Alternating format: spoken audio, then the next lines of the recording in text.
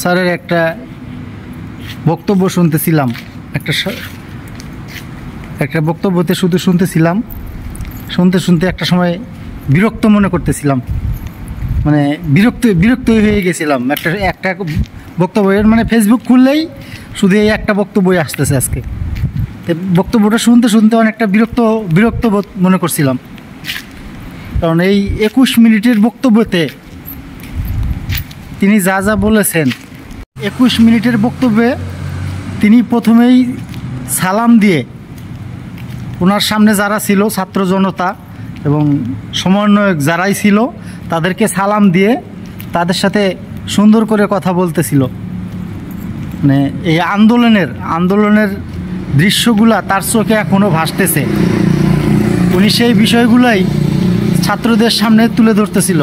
ওখানে যারা ছিল, ওনার সামনে যারা ছিল, দর্শক সারিতে যারা বসা ছিল, সমন্বয়ক, সাংবাদিক, মানে যারাই ছিল তারা তাদের কাছে এই আন্দোলনের বিষয়গুলো তুলে ধরছিল আলোচনার মাধ্যমে। তো এটা শুনতে এক সময় বিরক্ত হয়ে গেলাম। বিরক্ত হইলাম এর জন্যই যে এই 21 মিনিটের বক্তব্যে উনি একটাবারও বললেন না যে স্বজন হারানোর ব্যথা আমি বুঝি, আমিও স্বজন হারাইছি, স্বজন হারানোর ব্যথা বুঝি। একটাবারও একটু কান্নার অভিনয় করলেন না।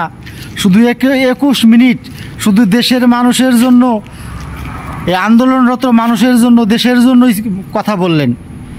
নিজের পরিবারের জন্য, নিজের বাপের জন্য, নিজের পরিবার, নিজের ফ্যামিলির জন্য একটা কথাও বললেন না তিনি। এটা ভাই অনেকটা বিরক্ত বোধ মনে করছিলাম। হাসিনা থাকলে হয়তো ভাই 21 মিনিটের বক্তব্যে অন্তত 10টা বার কইতো যে ওনার বাবারে হত্যা করা হয়েছে, ওনার পুরো ফ্যামিলিরে হত্যা করা হয়েছে, 2 ফোঁটা চোখ দিয়ে পানি পড়তো। কিন্তু ইউনূস স্যার কিন্তু তা করলেন না, ফ্যামিলির কথাও কইলেন না, চোখ দিয়ে একটু পানিও ফালাইলেন না।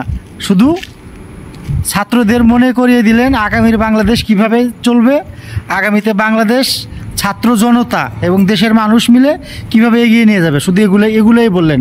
দেশের মানুষের শুধু কল্যাণই চাইলেন, প্রতিহিংসামূলক কোনো বক্তব্যই দিলেন না।